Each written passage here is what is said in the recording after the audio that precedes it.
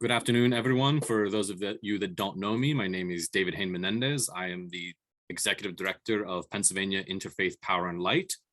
And this is our session about what the IRA or the Inflation Reduction Act and what it means to our community.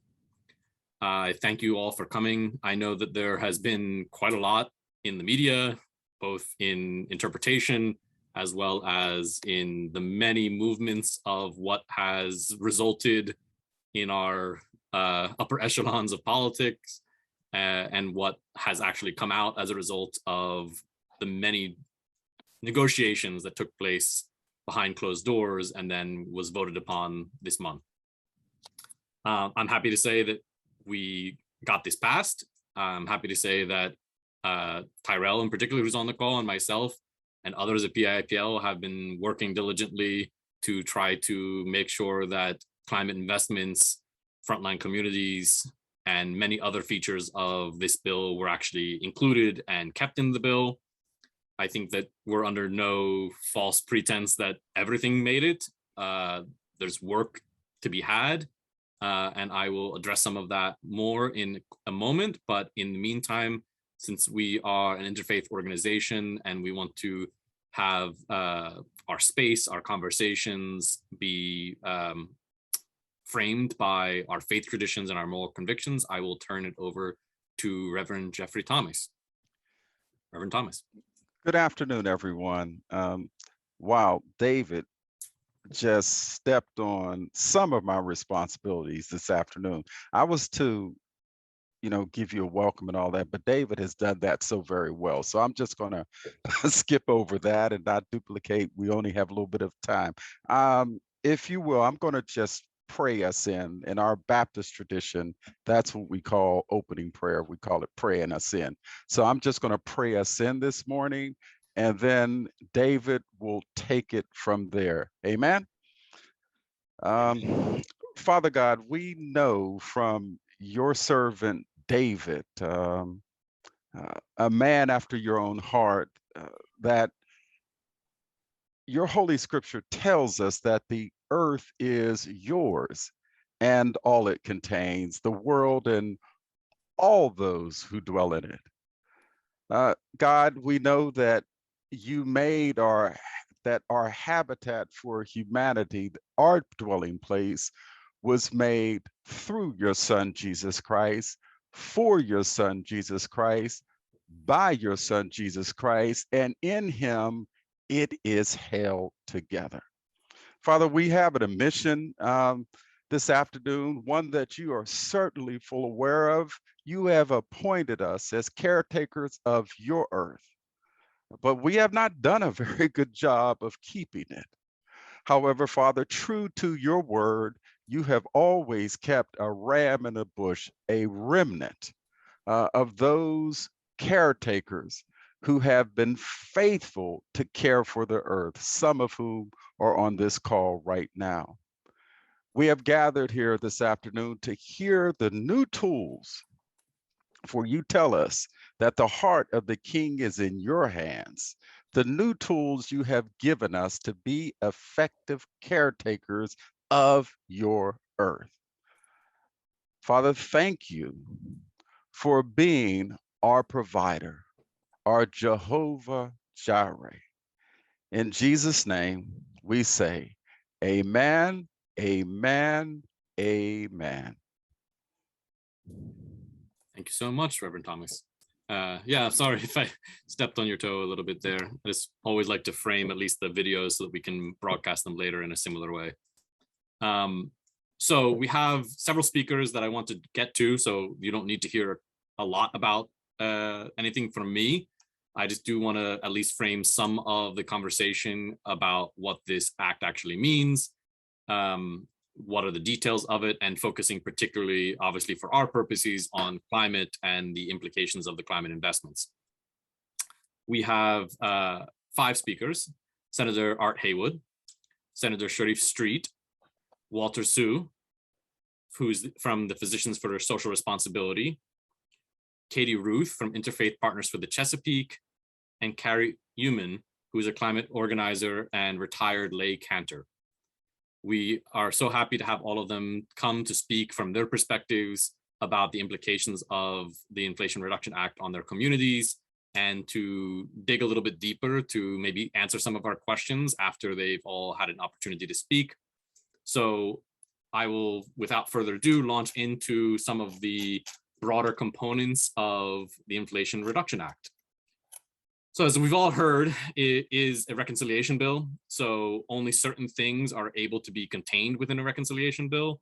And we keep hearing this in recent time because obviously reconciliation bills only require a simple majority to pass in the Senate, thus 50 versus 50 plus the Senate president, the vice president. There are significant investments in healthcare as it reduces overall costs, but the vast majority, as this is a spending piece of legislation, are actually geared towards tax credits.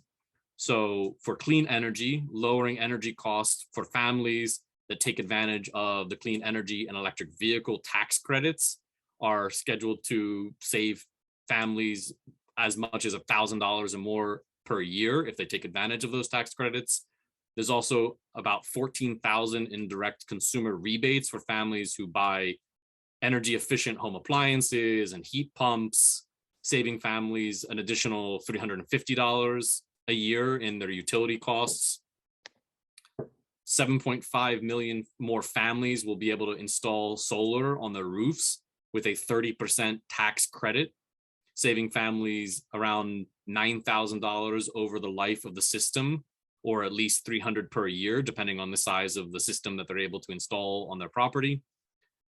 7,500 in tax credits for new electric vehicles, and 4,000 for used electric vehicles, helping families save additionally around $950 per year. I know my family has been looking forward to such a potential credit to finally purchase an electric vehicle. And then also, putting families on track to save an average of roughly $500 per year in their energy costs through the various investments. Additionally, building a clean energy economy was a priority within the Inflation Reduction Act. So this means potentially 950 million solar panels will be installed. They estimate 120,000 wind turbines could be installed, and 2,300 grid scale battery plants, all of which update and green our infrastructure in ways that there have not been sufficient investments to date. The advanced cost savings for clean energy projects at rural electric cooperatives serving 42 million people are part of the bill. Strengthening climate resiliency and protecting nearly 2 million acres of national forest and creating millions of jobs in the clean energy industry that could actually move forward our economy in a way that includes more people in that economy as a just transition, not only in frontline communities, but also in allowing for our fossil fuel industry to have the necessary path towards green energy. So this is not only for potential credits and investments in that industry to transition, but also for people to actually move from one type of the energy sector to a green job infrastructure for many more Americans. I think some of the most important things for Pennsylvania Interfaith Power and Light is the ability for this to reduce greenhouse gas emissions by about 1 gigaton in 2030, or 1 billion metric tons. That's 10 times more climate impact than any other single piece of legislation that has ever been enacted. But also deploying clean energy and reducing particle pollution from fossil fuels to avoid up to 4,000 premature deaths and over 100,000 asthma attacks that happen every year across the United States. The investments are also geared towards obviously frontline communities, which are those who are most directly, immediately, and significantly impacted by not only pre-existing pollution within our communities, but also ongoing pollution coming from energy production and other byproducts of waste that are built into our economy at the moment. All of this is to say that this will be paid for by a fairer tax code that 55 of America's largest, wealthiest corporations got away with paying basically nothing in their 2020 tax returns.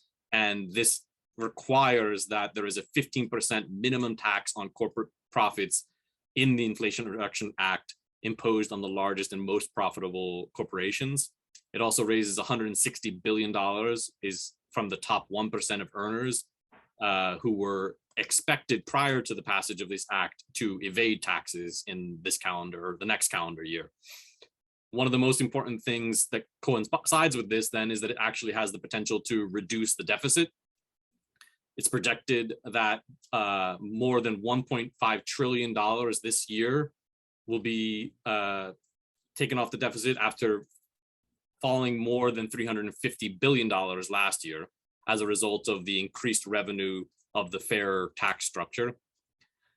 And I think for my purposes also, the very, very many different versions of tax credits and restructuring that are allowing for more people to actually participate and benefit directly in their homes through the ways in which most of us will actually see the impact of investments. So this is not just helping corporations to go green and to actually transition, which is an important component of this that will accelerate our ability to combat carbon emissions. It was scaled for between 30 and 35% by 2030.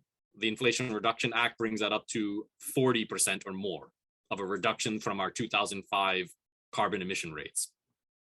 All of that is fantastic and absolutely necessary, but it also tries to keep in mind that we are everyday people living in the everyday world, and we need to also have the ability to combat climate change in our communities, because reducing countrywide carbon emissions and global carbon emissions is helpful, but that doesn't necessarily directly address the harm, both ongoing and long-term, that has already been affecting communities of color, frontline communities, and communities left behind in the perpetuation of an industry and an infrastructure that does not equally share the burden of our economic production and our energy production.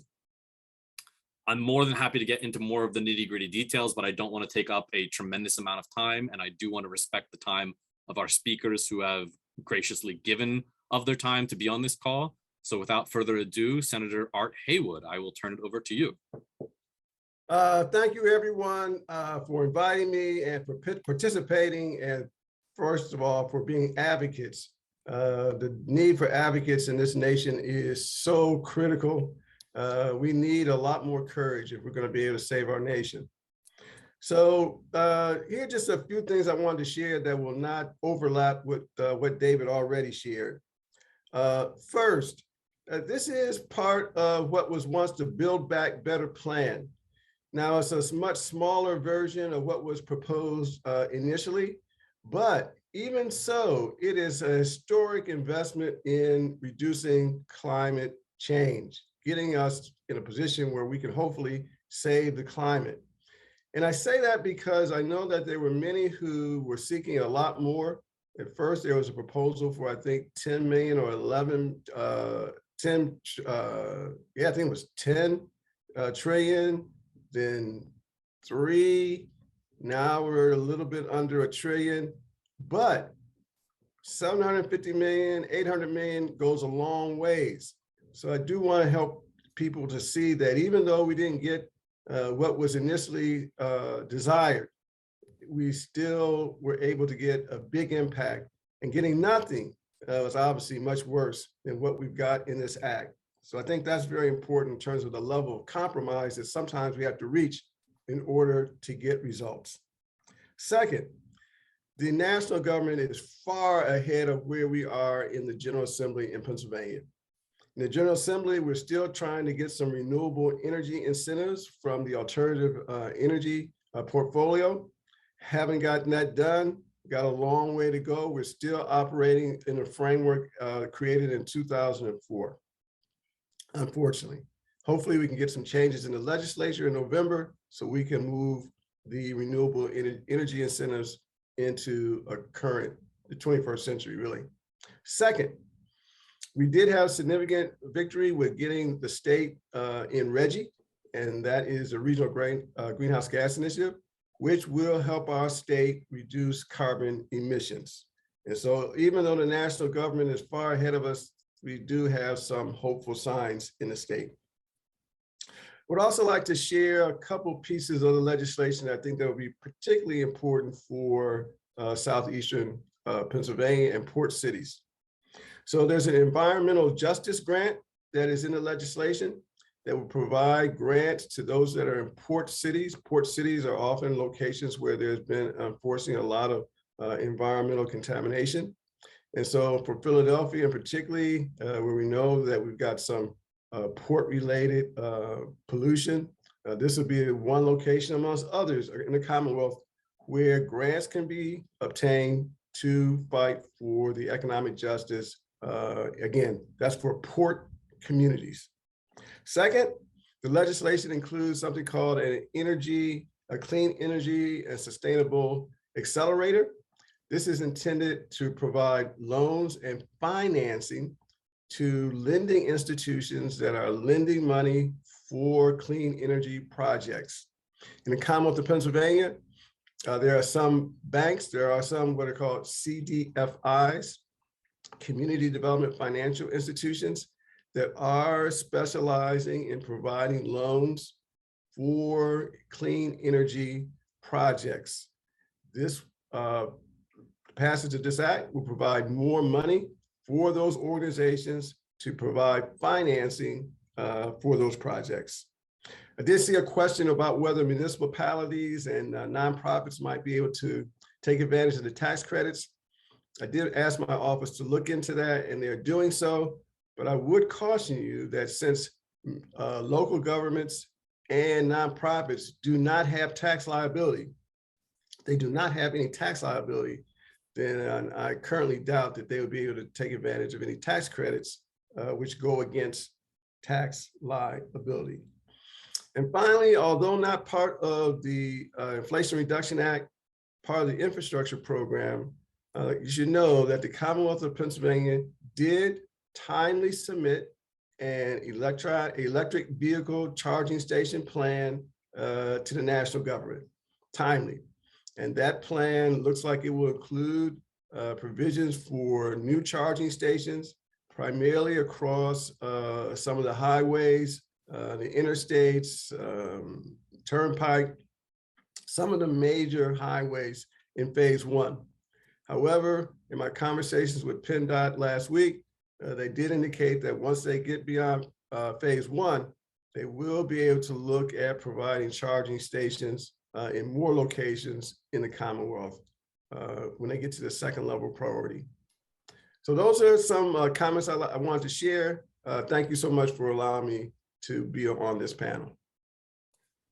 So, Senator, just for the sake of your time, because I don't know if you're going to be able to be with us for the entirety, is there anything that you think would specifically affect your district? I know you spoke to Southeast PA and the port cities, but I'm curious for your district, is there something that you're really excited about that this might actually mean, either for individuals or as a whole?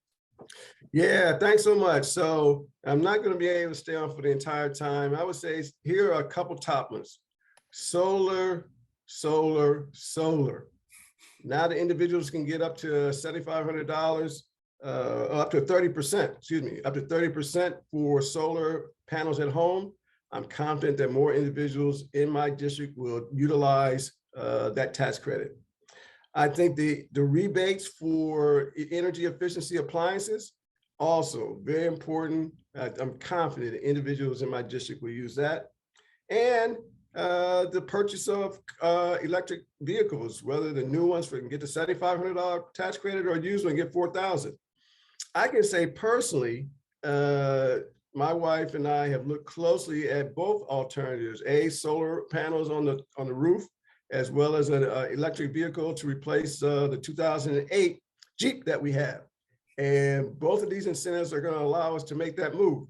And I'm confident that I have other neighbors in the same position. So those are for consumer changes.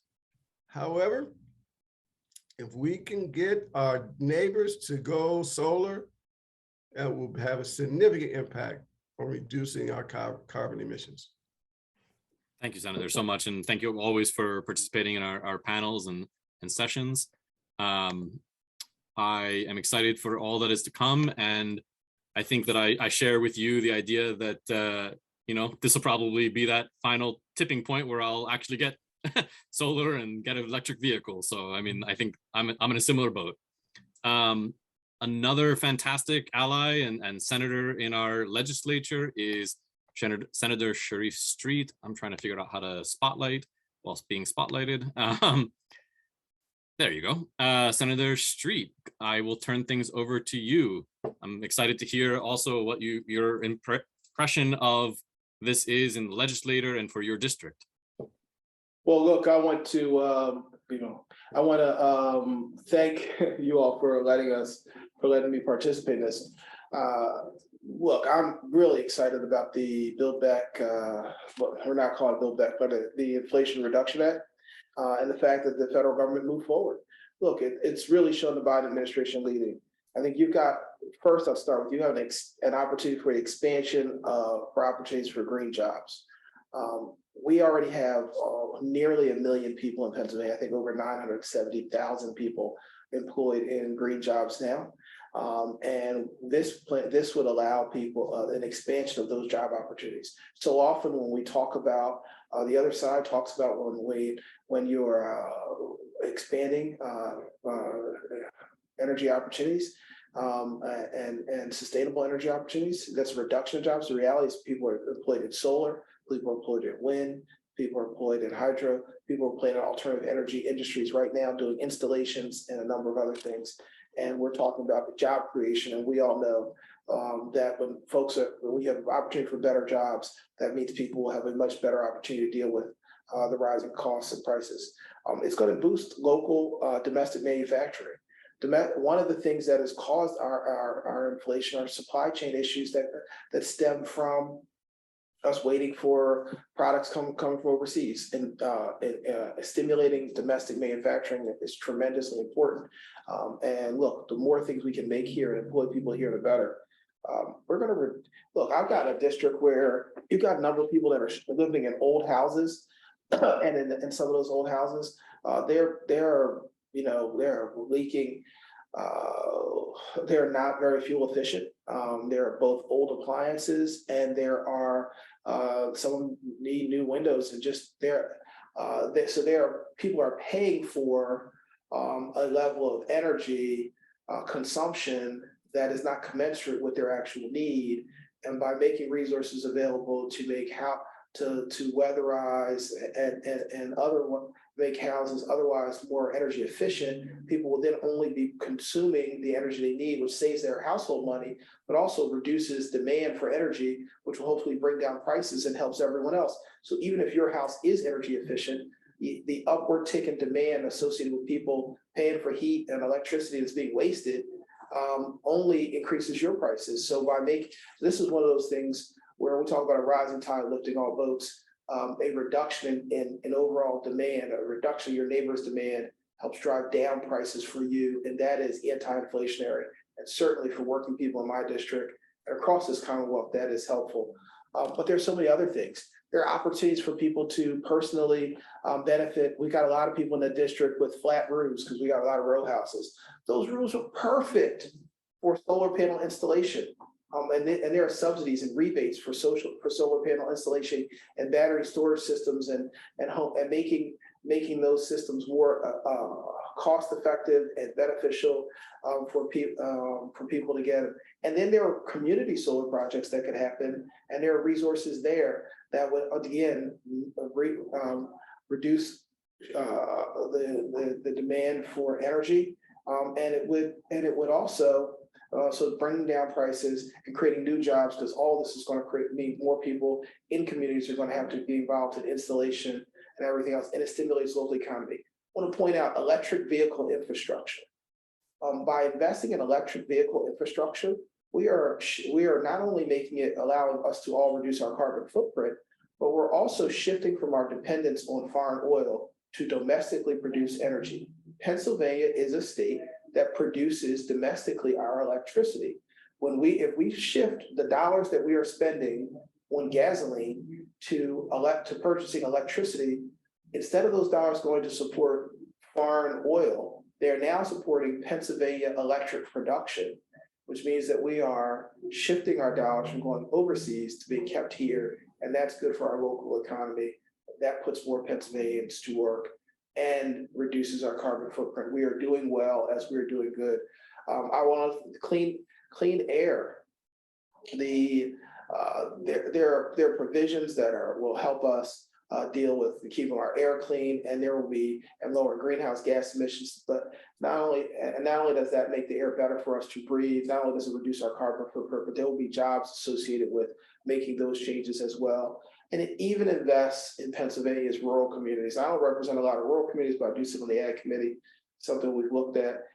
And the Inflation Reduction Act supports smart agriculture and climate-friendly agriculture, allowing investments to help Pennsylvania's over 52,700 farms become more energy efficient and be engaged in better practices.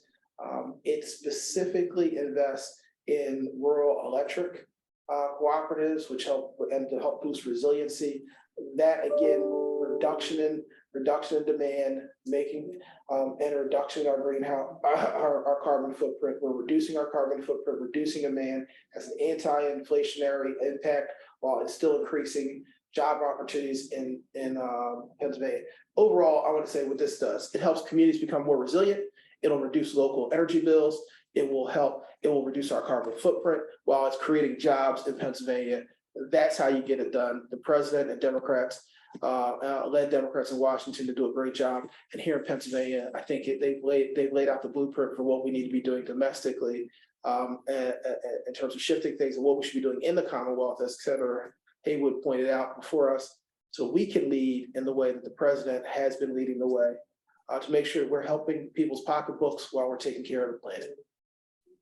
Thank you so much, Senator. And I really hear what you're saying. I think that all too often the argument against these types of investments is that it won't result in a return. I don't think all government spending has to be so corporate and that we have to think about it as like $1 in, $2 out. But I love that you are bottom lining, like, this means real jobs for real people in the real communities that we are trying to lift up.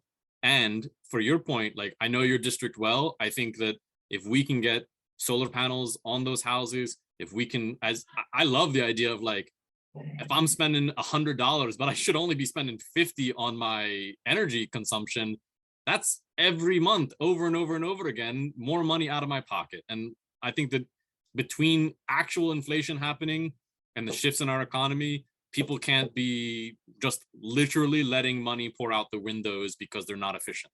And if we can be helping lower income households or people in frontline communities across the Commonwealth to be able to get to that point where they're not wasting their hard-earned money and they have a path towards better paying, safer, long-term employment, then that's where we need to be. And I appreciate your leadership and support in trying to get these things passed. Yep, and I want to thank you. If I would point out that when those low-income families who live in energy inefficient homes consume less energy, that's going to bring down prices for maybe more middle class and upper middle class people who do live in energy efficient homes, because overall demand will drop, which has an anti-inflationary practice. So even if you live in a home that's already fuel efficient, creating an opportunity for other people to live in similar homes is good for you as well. So Senator, I'm not sure if you're going to be able to stay on, probably not. So I just wanted to lift up this question that was put into the chat from Ed Mitchell. He said, will the Inflation Reduction Act foster the transition to electric refrigeration units on food delivery trucks to avoid the noise and air pollution from deliveries in neighborhoods? I don't know.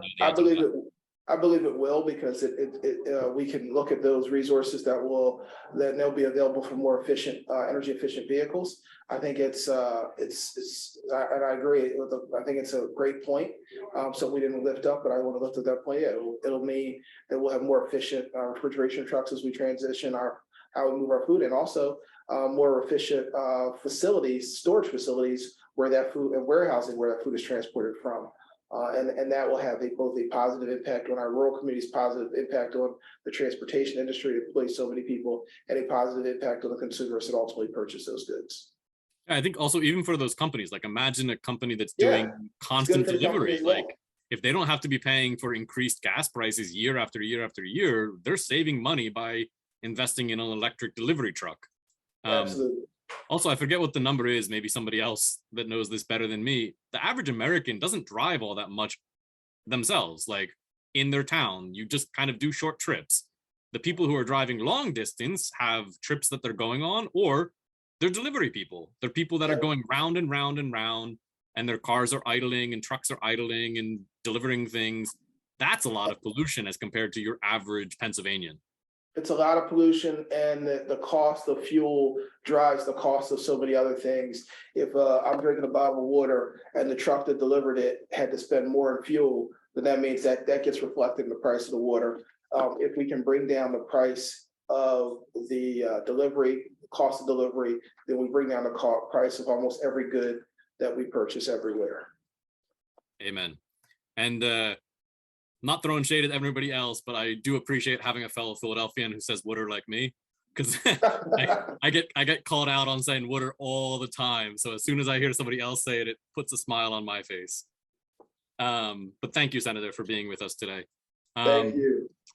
To shift things a little bit, I want to go over to Dr. Walter Tsou, who is from, sorry, I want to get your exact title correct before I Physicians for Social Responsibility. Yes, I always mix up the words. Physicians for Social Responsibility, who obviously will talk more about the science and medical components of what the Inflation Reduction Act means. Without further ado, please.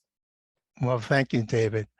I'm Dr. Walter Tsou with Physicians for Social Responsibility here in Pennsylvania.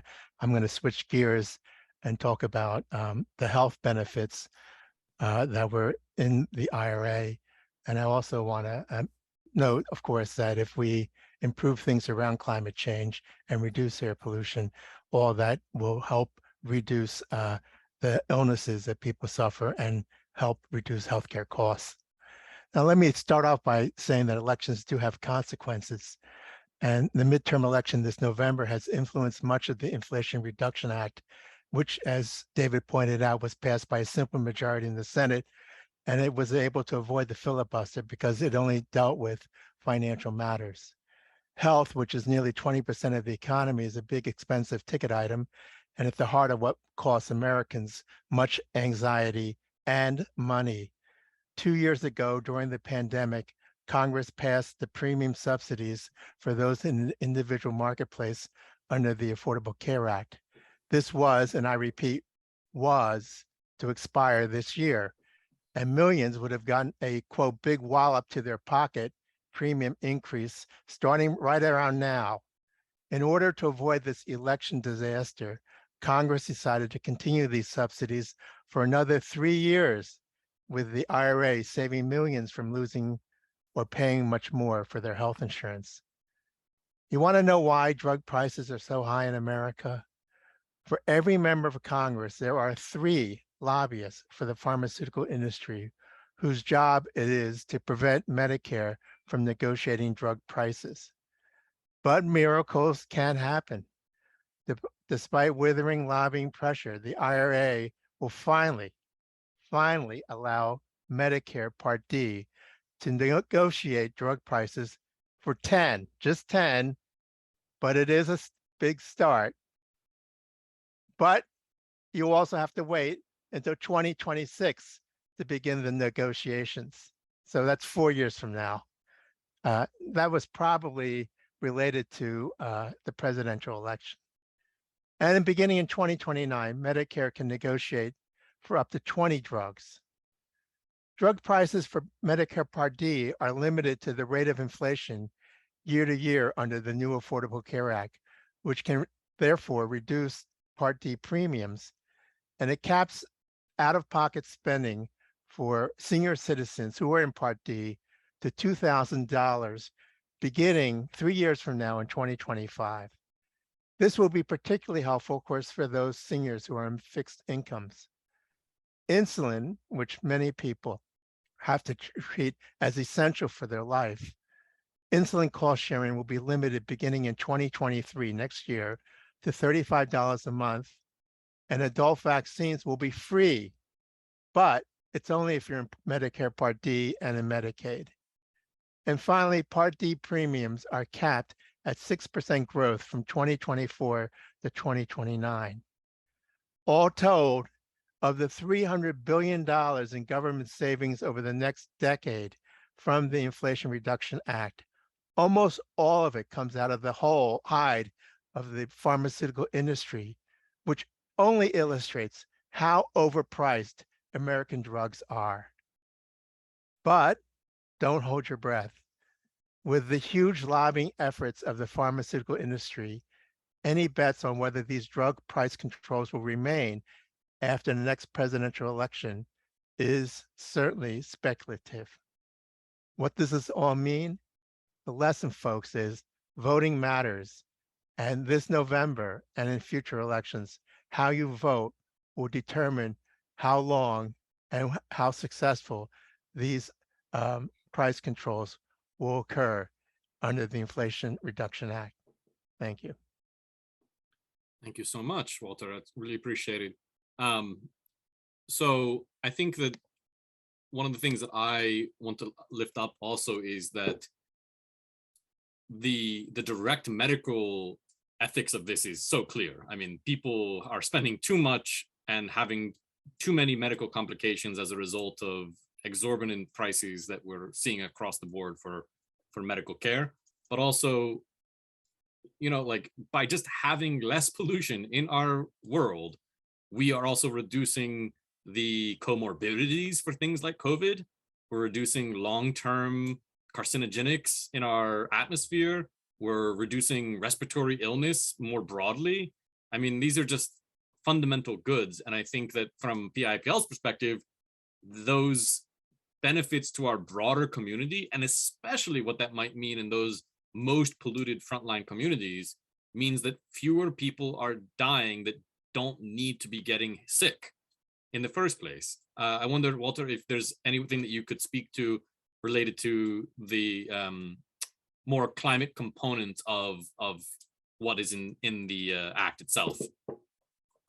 Well, you correctly pointed out that if we can reduce our dependence on burning fossil fuels, we not only do something to help improve our global warming problems. I mean, consider the fact that in Philadelphia, they had to close the schools because the temperature is over 100 degrees inside many of the school buildings. And that is, and we're in Pennsylvania, consider what it's like actually in southwestern or southern parts of the United States, how hot it is to try to go to schools there.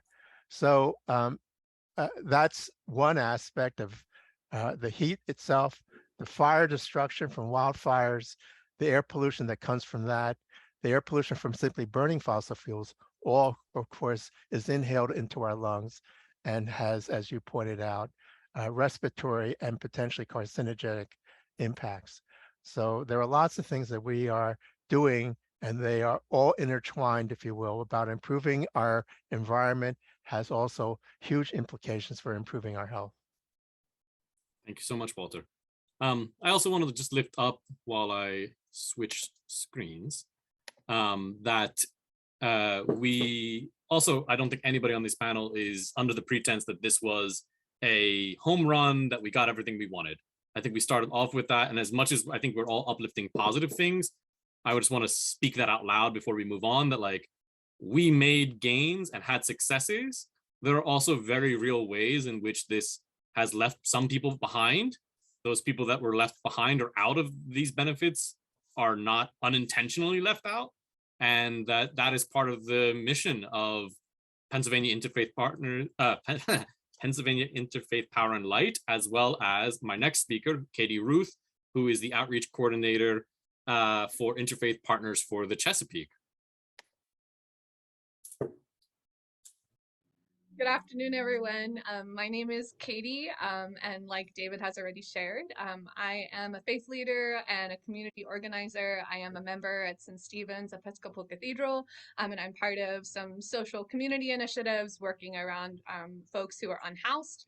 And so really excited about the IRA for a number of reasons, particularly around its provisions for clean energy and housing, as well as my day job, which is working around clean water advocacy. So I am the outreach coordinator with Interfaith Partners for the Chesapeake.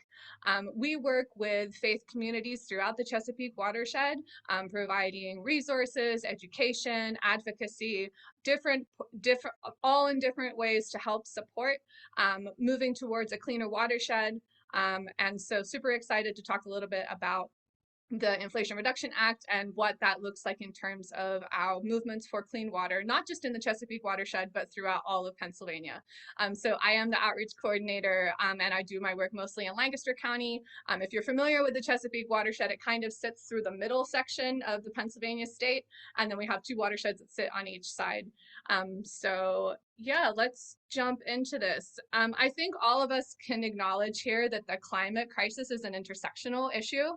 And so our response has to be. And I think one of the things that excites me the most about this particular law that's been enacted is the way that it really starts to pull at the strings of how the climate crisis is disproportionately impacting different communities. So whether you're in a coastal community and you're experiencing the sea level rise, or whether you're in an urban community experiencing increased flooding and urban heat islands, or whether you're in an agricultural community dealing with runoff and pollution in local streams, whatever it is, and whatever particular way you're being impacted by the climate crisis, this particular legislation is looking at all of these different ways that we're impacted and allocating funding that specifically is responsive to those needs. So in the actual Inflation Reduction Act itself, we don't see a lot of language around water quality and water initiatives specifically. A lot of the language that very specifically talks about water is kind of talking specifically about drought out west, which doesn't impact Pennsylvania communities, and then also talking about coastal communities and different things like that. However, you would be wrong to think that that doesn't mean that the investments, the historic investments that are part of this particular piece, are that there's not impacts for water quality for Pennsylvanians. So I just want to uplift a couple of parts of the act when I was looking through it that I feel like will directly impact. So we have $1 billion going to the National Park Service for staffing and projects that protect parks and natural landscapes. We have about $250 million for the U.S. Fish and Wildlife Service to help protect wildlife and habitats. We have about $20 billion to the U.S. Department of Agriculture that will support climate-smart agricultural conservation practices. And there's also about $1.5 billion available to help plant trees, establishing community and urban forest, and expanding access to green spaces. So what does all of that mean, and how does it impact clean water? So let me give you an example. The funding that is allocated to the U.S. Fish and Wildlife Service to protect wildlife and habitats means that that funding is there to support actions that support wildlife and habitat.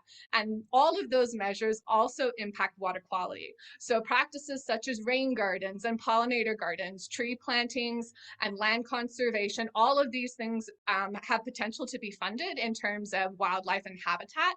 And so it will also provide funding for in different parts of this act, there will be funding available to address flooding concerns, whether that be from urban heat islands, and then also investing some money into water supply infrastructure, which is really important because we know that part of the clean water is thinking about what we put into the water, but then also how do we get fresh drinking water, and what is the infrastructure that brings that to us.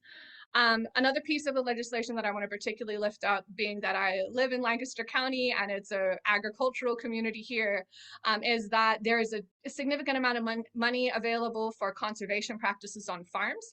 And so particularly when we're talking about reducing or improving water quality within watersheds, one of the major ways that pollutants end up in our waterways is from agricultural runoff, whether that be from fertilizers or from livestock. And so There is investments to help guide farmers and help to point them towards better conservation practices and provide the funding for those practices so that farmers can make those transitions, which will have major benefit for water quality in our region. And also it helps to support food security and working towards regenerative farming practices, which is helping to ensure a secure future, not just for climate, but also in terms of where we get our food from. I also want to lift up that as part of this, there's also additional funding that's been allocated for farmers who have experienced racial discrimination and in historically accessing funding. And this is really good news because it means that the farmers who've been most disproportionately impacted by climate change are going to be the recipients of the dollars that they need in order to make climate smart adjustments. So I'm really excited about that. Like I said, the Act also contains a lot of language talking about air pollution and clean energy. And these also have water quality benefits because what happens with air pollution is when air pollution is up in the air, it actually affects the rain cycle, which then actually has impact on our local watersheds. So when it comes to air pollution as well, any treatments that we're working towards that are addressing air pollution and moving towards clean energy are wins for water. We have about $3 billion allocated to improve air quality, particularly focused on under-resourced and marginalized communities, which is really exciting, whether that be, as folks have already mentioned, through electric vehicles, with limits on methane leakage, and then also tax credits. As David was saying, some of the language in this is a little limited. And so one of the ways that I just want to point out is that only landowners are eligible for tax credits related to housing improvements. So if you're going for solar panels or things like that, you do actually need to own the piece of property. So renters won't be eligible. So hopefully there'll be additional sources of funding in the future that will allow for renters and other people who occupy land to also make climate smart transitions.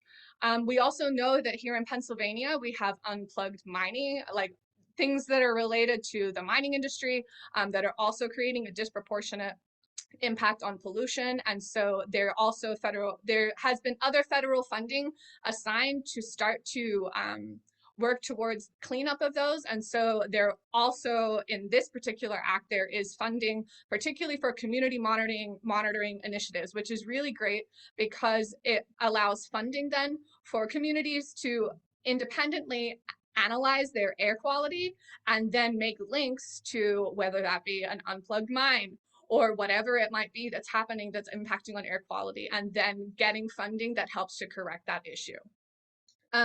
As others have already mentioned, environmental justice is a large piece in this act. And so I just wanted to highlight that there are two big grant programs that are going to come available. One will be, I believe, through the Department of Transportation and will help support some community initiatives to improve transit and walkability in cities. And in that particular pot of funding, there will also be money available to address stormwater issues as well. So again, there is money in those programs that will help support whether you're part of a local congregation or part of a local community group to actually look at fixing either issues with flooding or just addressing stormwater so that you can move towards best practices. There'll also be block grants available for environmental justice communities to help look at things like pollution monitoring, which I just mentioned, moving over towards low emission technologies, as well as workforce development, and reducing not just outdoor pollution, but also indoor pollution. So and this is what I was saying right back at the start about housing improvements. There are lots of different ways that housing improvements are built into this act. And this is one of those ways, is that there's funding within this act to address the ways that indoor air quality also impacts our health and our well-being and our move towards a climate just future. Also, as part of those block grants, the government has said that their intention is to make more accessible these processes so that there will be more accountability and hopefully more ease of access to the information that helps communities make best choices. So I'm really excited to see what that might look like. The final thing that I want to quickly mention is that I know back in June, the Supreme Court made a decision about the impacts on clean air. And so wanted to lift up that this particular act helps to reinforce again the EPA's ability to regulate greenhouse gas emissions, and that's a definite win that is part of this piece of this act. I know David mentioned that there are some limitations, and the Climate Justice Alliance actually put together a really great document that kind of highlights the strengths and then the weaknesses and then the kind of missed opportunities within this particular piece of funding. And so if you're interested in learning more about how you can talk to an elected official or someone about what we would love to see included in the future, that's a great document, and I'm happy to make that available to anyone who might want it. So yeah, I think that's basically everything that I wanted to say. Just to kind of recap, from a terms of clean water perspective, the IRA impacts Pennsylvania residents by supporting tree plantings and our existing forests. It helps back efforts towards habitat and wildlife preservation. It provides fundings to communities to improve responses to climate change. It invests in air pollution reduction, which also impacts water quality. And it also prioritizes vulnerable communities, which covers most of Pennsylvania, whether that be in rural settings or urban or suburban. And so, yeah, thanks, David, for this opportunity. Yeah, thank you so much.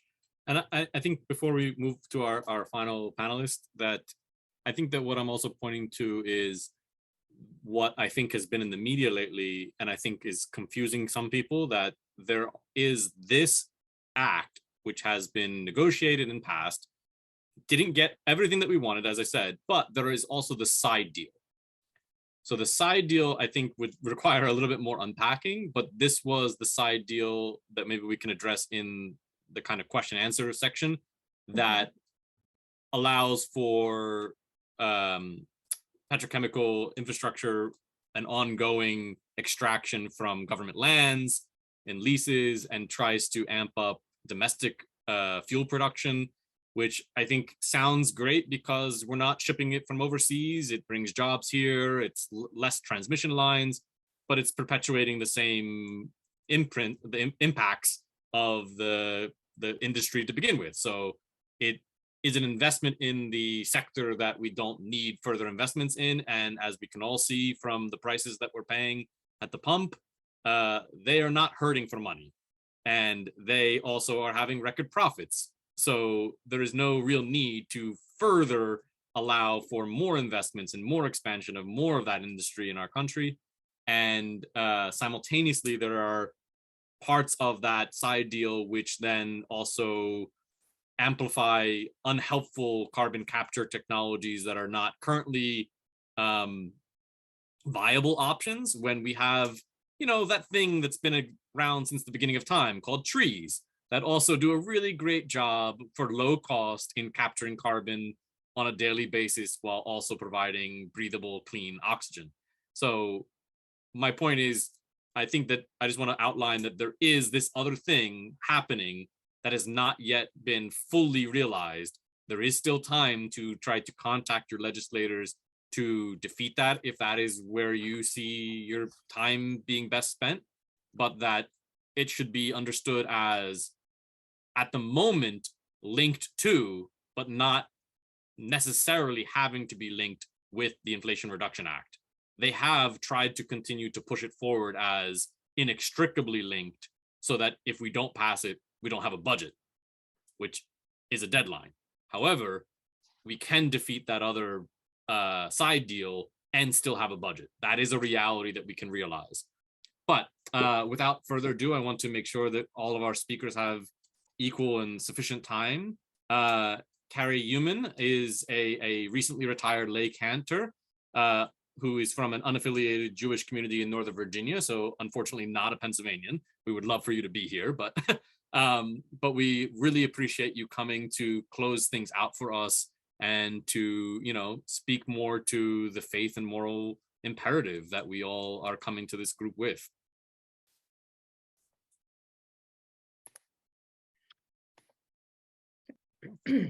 Thank you, David, and thank you for the opportunity to speak on this panel.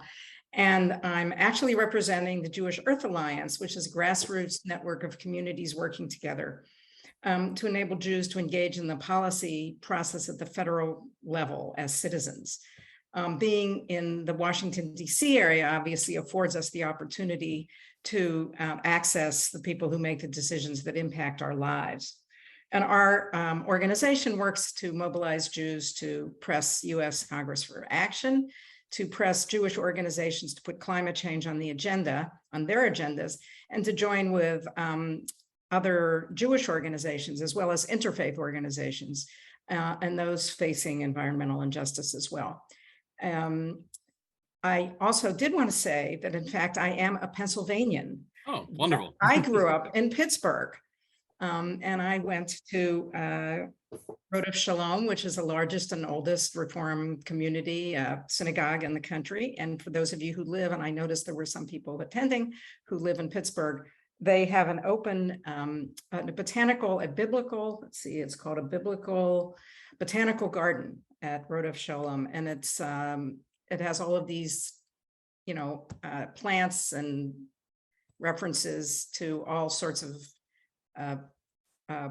portions in the Torah and the Bible. So I am a Pennsylvanian, and as in reflecting on this, I realized that, I grew up at a time in Pittsburgh where when you drove down the Boulevard of the Allies, you passed, I think it was U.S. Steel, spewing pollutants into the air, and the smell of rotten eggs was something I was very familiar with growing up.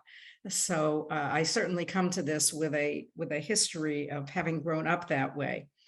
And I want to just raise a number of things in terms of the sort of the Jewish perspective or the Jewish themes.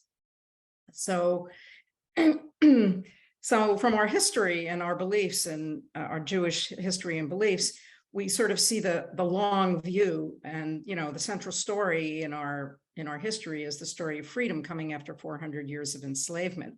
So as a person concerned about climate change, we take the long view, and finally, after decades and decades, we see some movement, and obviously we have not reached the promised land, but we are certainly moving in that direction. And part of our job as in our organization is also to keep the pressure on Congress to respond to what you just said, David, about the things that were sort of, I don't want to say slipped in there as sort of the side issues, but pretty clearly will do damage to the movement forward because of the deals that had to be made in order to get some people to buy in and to sign on the bottom line here.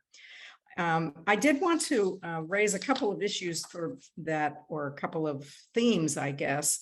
One of them, and one of the statements in our beliefs, is from Lador Vador, which means from generations to generations. And so a lot of the focus of our organization, and I think of all faith organizations, is to really focus on what are we leaving? What are we leaving our descendants? I have a daughter actually who lives in Pittsburgh, yay, in the Garfield area, and she's very involved in the environmental justice movement as well as social justice. And that it's really important to be thinking that way in terms of what are we leaving to our descendants. And I did want to focus on one thing that many of you are probably not familiar with, and it's part of the Jewish, I guess you could say, historical cycle and calendar cycle, which is a seventh year, every 7 years in the Hebrew calendar is a time is called Shmita. And Shmita means, and I wanted to read here, it's a sabbatical year for the earth. And it means release, when land is left fallow, debts are forgiven, and a host of other agricultural and economic adjustments are made to ensure the maintenance of an equitable, just, and healthy society. And there's a number of projects around the country that have explored questions on how we might look at this in a modern context, and what in this piece of legislation can we connect, can we intersect with the concept of Shmita. And if you think of the pandemic, one of the things that I thought was so interesting was, as soon as everything shut down, how much a reduction there was in the in pollution, and and how many animals were showing up in people's neighborhoods that they'd never seen before.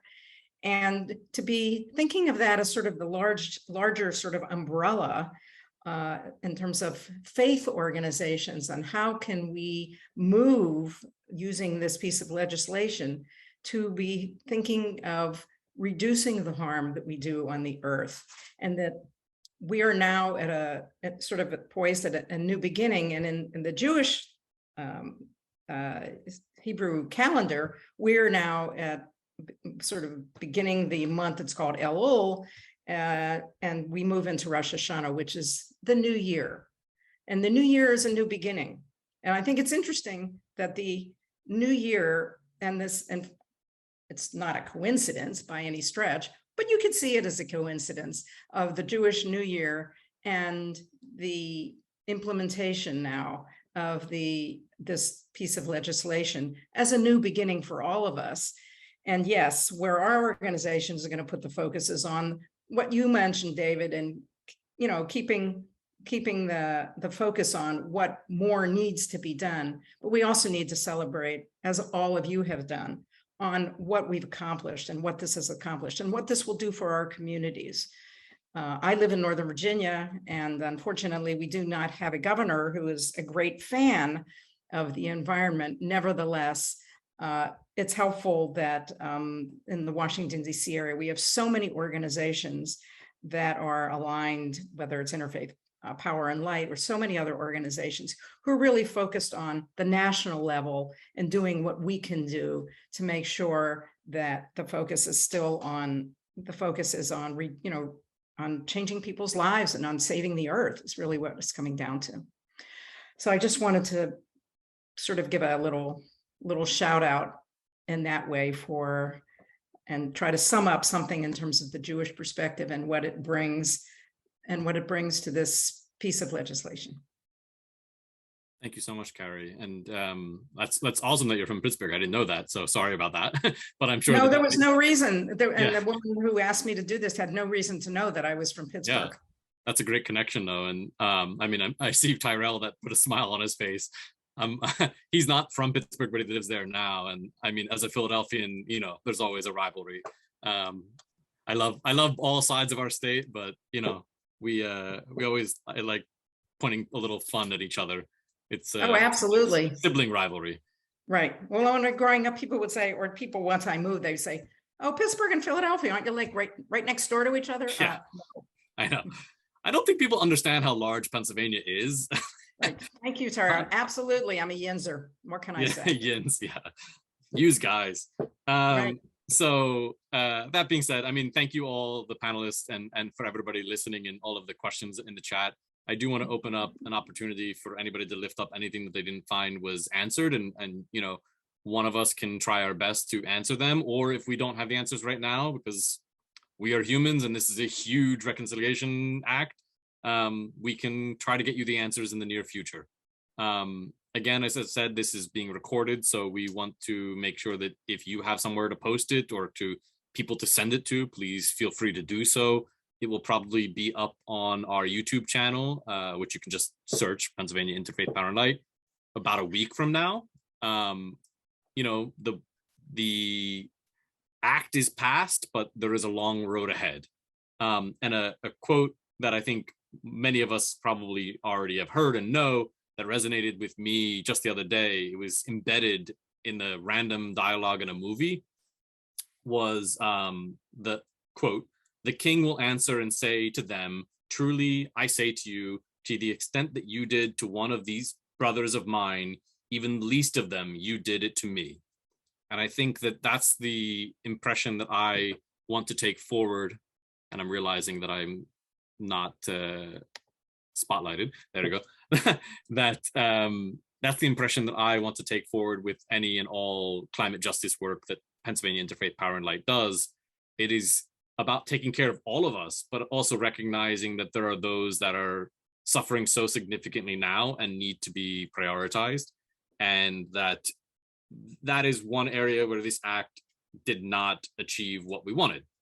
That is the work ahead, right? Whether it is decoupling the side deal from the budget, or if it is pushing this administration and future administrations to continue in appropriate and morally grounded, equitable policy, or, you know, keeping up the pressure on elected officials like Senator Haywood and Street, who were on this call earlier, who are generally our allies, but also need our support and reminders to keep walking the line and keep up the fight, because it is a long road ahead, but it is one that is just and is dire and is now. You know, climate justice can't wait. Climate cannot wait, not any longer. And for many communities, they know that very viscerally, very immediately.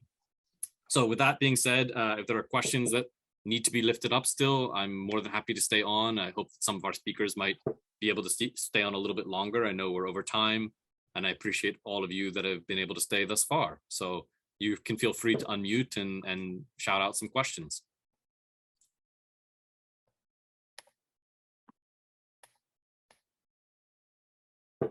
Anything percolating to the top at the moment? If not, we can give you back the rest of your Wednesday. I forgot what day it was for a second. Wonderful. Well, I think keep an eye out for announcements, as Kathy said, about the upcoming PA IPL conference. We have many opportunities for people to plug into the many different projects that PA IPL is doing, from planting 26,000 trees this year across Pennsylvania to working in urban communities for environmental education and watershed education, working to register voters. We have paid positions also for ongoing voter education and voter registration, other work that we're doing like this panel to push forward more policy and more legislation. We really appreciate your partnership and your efforts in this work, and for you joining us today. So thank you, God bless, and have a wonderful Wednesday.